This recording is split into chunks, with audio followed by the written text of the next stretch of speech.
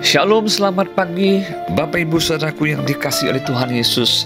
Pagi ini kita bersama-sama merenungkan satu bagian firman Tuhan dengan judul segala pujian, hormat, dan syukur hanya bagi Tuhan selama-lamanya. Terambil dari kitab Wahyu 4 ayat 11. Demikian bunyi firman Tuhan.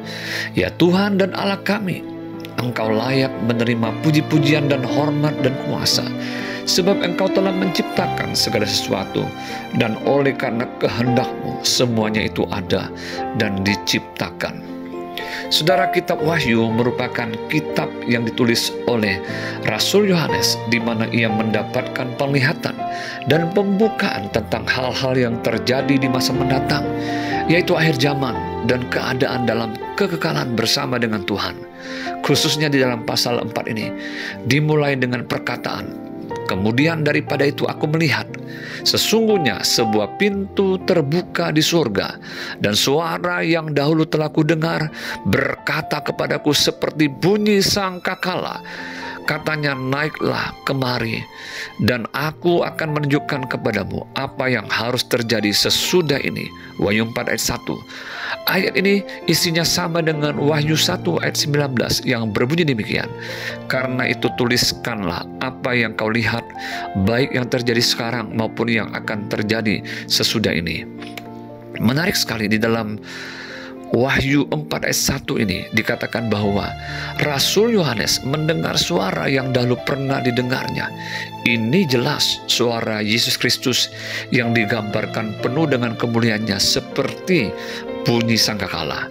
Rasul Yohanes mendapatkan penglihatan tentang kemuliaan Tuhan di dalam takhtanya yang ada di surga dengan 24 tua-tua yang memakai pakaian putih dan mahkota emas di kepala mereka. Ayat 2-5. Dan ada pula dituliskan tentang makhluk-makhluk surgawi, kerubim atau para malaikat. Ayat 6-7. Bandingkan juga dengan Wahyu 7 ayat 9 yang berbunyi demikian.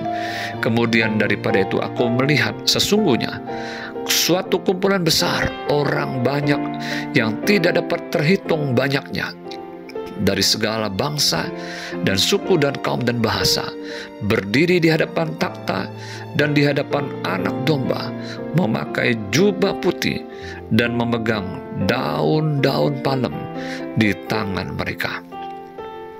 Saudara, yang jelas bahwa di surga itu ada puji-pujian, penghormatan dan syukur kepada Tuhan Sang Pencipta dengan tidak henti-hentinya, di mana mereka yang ada dalamnya berseru siang dan malam, kudus, kudus, kuduslah Tuhan Allah yang Maha Kuasa, yang sudah ada dan yang ada dan yang akan datang. Wahyu 4 ayat 8-9. Ke-24 tua-tua yang ada di hadapan Allah itu pun sujud menyembah kepadanya dan berkata, ya Tuhan dan Allah kami, Engkau layak menerima puji-pujian dan hormat dan kuasa, sebab Engkau telah menciptakan segala sesuatu, dan oleh karena kehendak-Mu semuanya itu ada dan diciptakan. Wahyu 4 ayat 11.